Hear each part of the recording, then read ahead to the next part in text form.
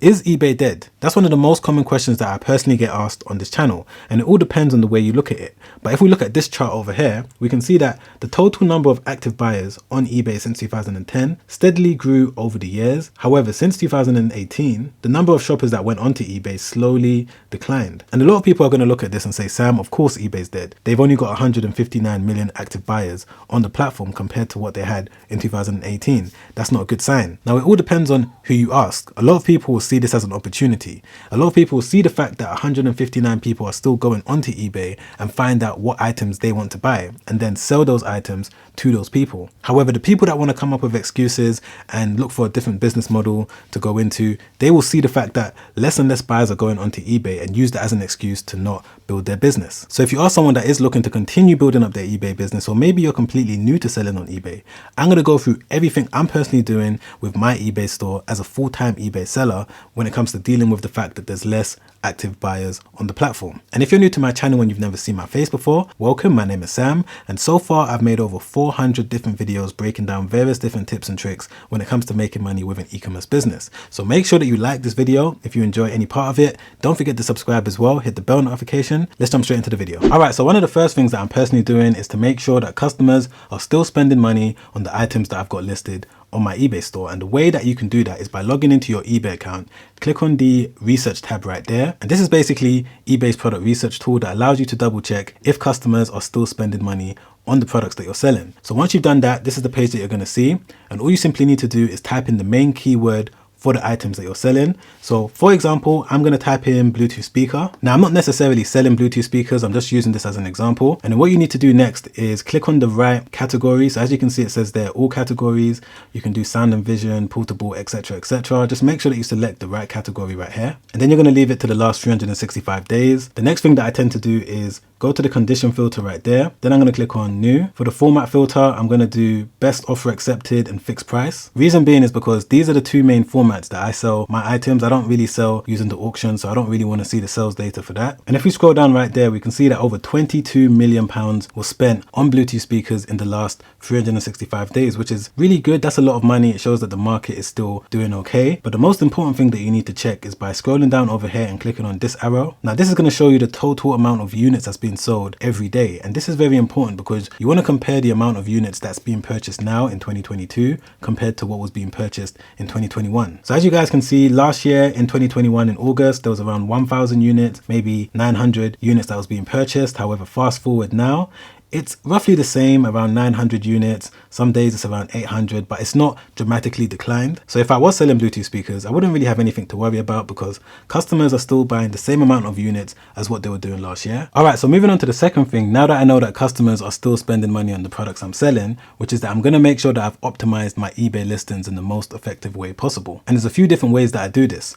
And I've created this image here just to kind of break it down for you. So one of the first things that I do is that I update the pictures. Now, this isn't something that you necessarily need to do if the listing is still generating sales and it's still doing what it was doing last year. But if you've noticed a slight decline in the amount of people that are clicking on the listing, or maybe you've seen a slight decline in terms of the amount of sales that you've been able to generate, it might be a good idea for you to update the pictures, because by doing this, you're going to be able to tell eBay that this listing has been refreshed, which might push it up higher in the eBay search results. Another thing that I'm personally doing when it comes to optimizing my eBay listings is that I'm updating any outdated info. So if you guys didn't know already, eBay is a search engine, which means that the only way that they're able to know what item you've listed is based on what you put in your title, in your item specifics, as well as your description. So one of the ways that you can rise higher in the search results and make more sales is by making sure that you're using eBay SEO, which is eBay search engine optimization. And one of the many ways that I use to find the right keywords to put in my listing is by using something called Zeek Analytics. And I'm sure by now you probably already know what it is.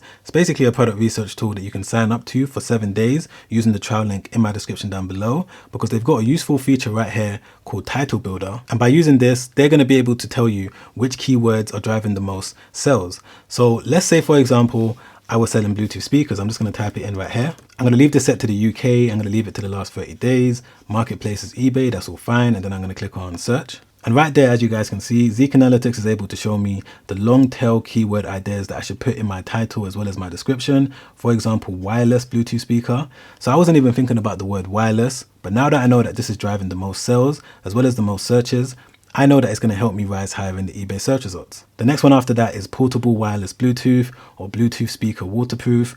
All of these different keywords, if I put them in various different places within my eBay listing, I'm going to get a better chance to rank higher and higher, which ultimately means I'm going to be able to make more sales. One of the next ways that I like to optimize my listings is by relisting any dead listings. And what this simply means is that I go through all of my different listings and see which ones haven't generated any sales, maybe in the last 3 to 4 months. And then what I do is completely relist the item.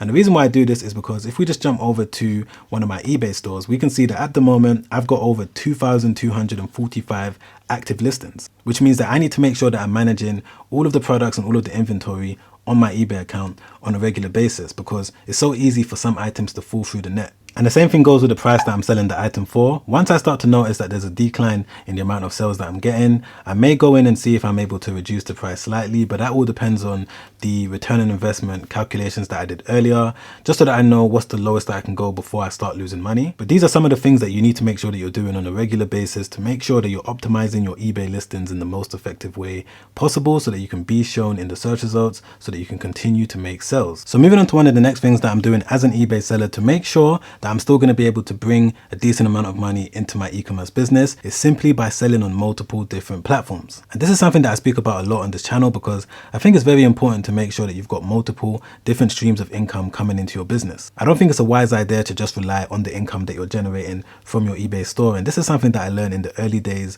of me trying to build up my eBay business. When I first started selling on eBay, they actually banned me for around 7 days.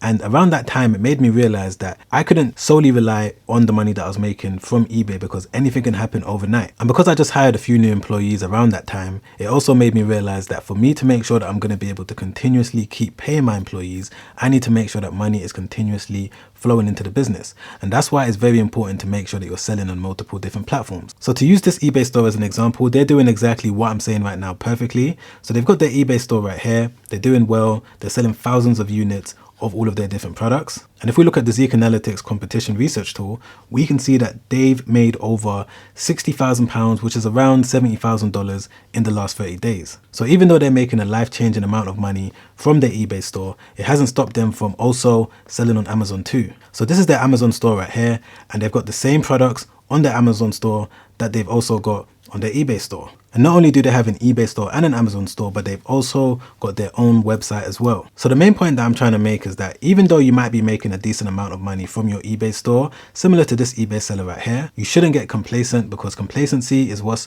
ultimately going to ruin you. You need to make sure that you're thinking 5-10 steps ahead, so that if anything happens to your category, you're going to be prepared. And the final thing that I'm doing as a full-time e-commerce business owner is that I'm investing my time and the money that I'm making from my e-commerce business into various different places. So not only am I reinvesting the money that I'm making from my e-commerce stores back into my e-commerce business, but I'm also taking part of the profits and investing it into the stock market, cryptocurrency, as well as various different other businesses. Now, this is something that you should only be thinking about doing once you've reached a certain point, or once you've gotten your business to a certain level of automation. My goal right now is to build up as many streams of income as possible, because they say that the average millionaire has 7 streams of income. So that's my aim right now. So of course, I'm still focusing on developing my eBay stores and my e-commerce business in general, because there's still a lot of work and there's still a lot of heights to climb. But because I spend a lot of time and a lot of money automating the entire process, getting the right staff to help me fulfill orders, customer service, things like that, I've now got the capacity to put my energy and my time into other places. So just to clarify, I'm not saying that if you're at the start of your own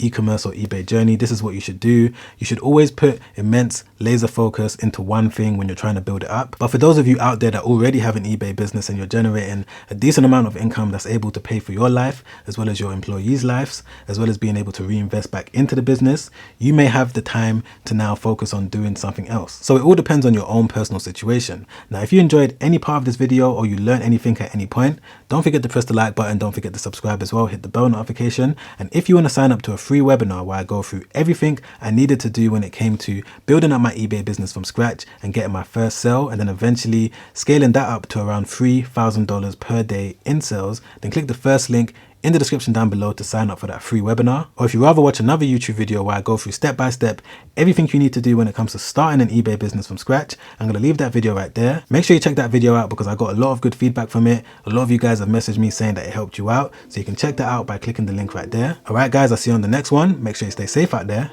Peace.